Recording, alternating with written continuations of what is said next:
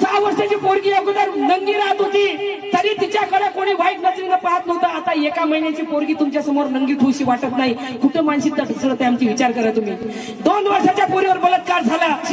हे मोदी सरकार फाशी देईल का? मी तर म्हणतो इमानदारीच्यानं त्या बलात्कार करणाऱ्याला सांगतो, कोण्या पोरीवर कोण्या माय बहिणीवर बलात्कार केल्यापेक्षा ना या देशाचा मुख्यमंत्री जो आहे ना देवेंद्र फडणवीस, त्याची बायकोला माल बनवून फिरते, त्या बायकोवर बलात्कार कर म्हणा.